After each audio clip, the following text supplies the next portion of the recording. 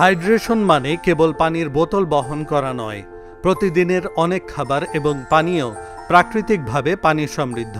সেগুলো সতেজ রাখার পাশাপাশি হৃদযন্ত্র ভালো রাখতেও দারুণভাবে কাজ করে। তাই পর্যাপ্ত পানি তো পান করবেনই, তার পাশাপাশি খেতে হবে আরও কিছু খাবার, যেগুলো আপনার শরীরকে ভেতর থেকে হাইড্রেট রাখতে কাজ করবে, ফলে শরীর পানিশূন্যতার ঝুঁকিতে পড়বে না। 90% বেশি পানি দিয়ে তৈরি তরমুজ হলো সবচেয়ে হাইড্রেটিং ফলের মধ্যে একটি। এটি হালকা শীতল এবং গ্রীষ্মের অন্যতম ফল। সেই সঙ্গে এতে লাইকোপিন রয়েছে। এটি একটি অ্যান্টিঅক্সিডেন্ট যা হৃদরোগ দূরে রাখতে কাজ করে। বাজারে যতদিন তরমুজ কিনতে পাওয়া যায়, চেষ্টা করুন নিয়মিত এটি খাওয়ার।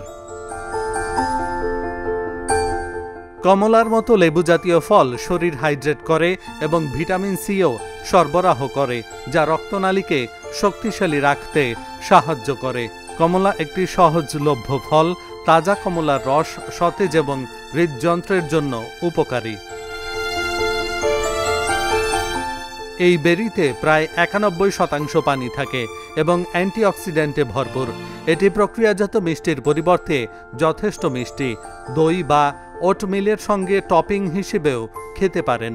আবার শুধু স্ট্রবেরি খেলেও মিলবে উপকার। এটি নিয়মিত খেলে আপনার শরীর ভেতর থেকেই থাকবে সতেজ।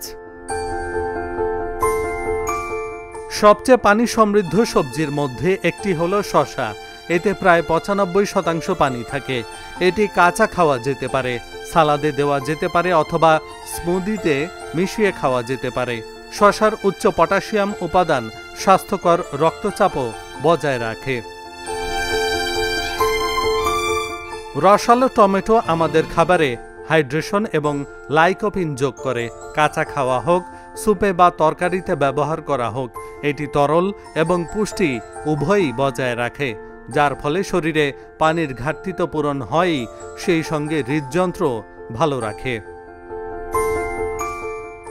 এহসানুল হক, ঢাকা জার্নাল।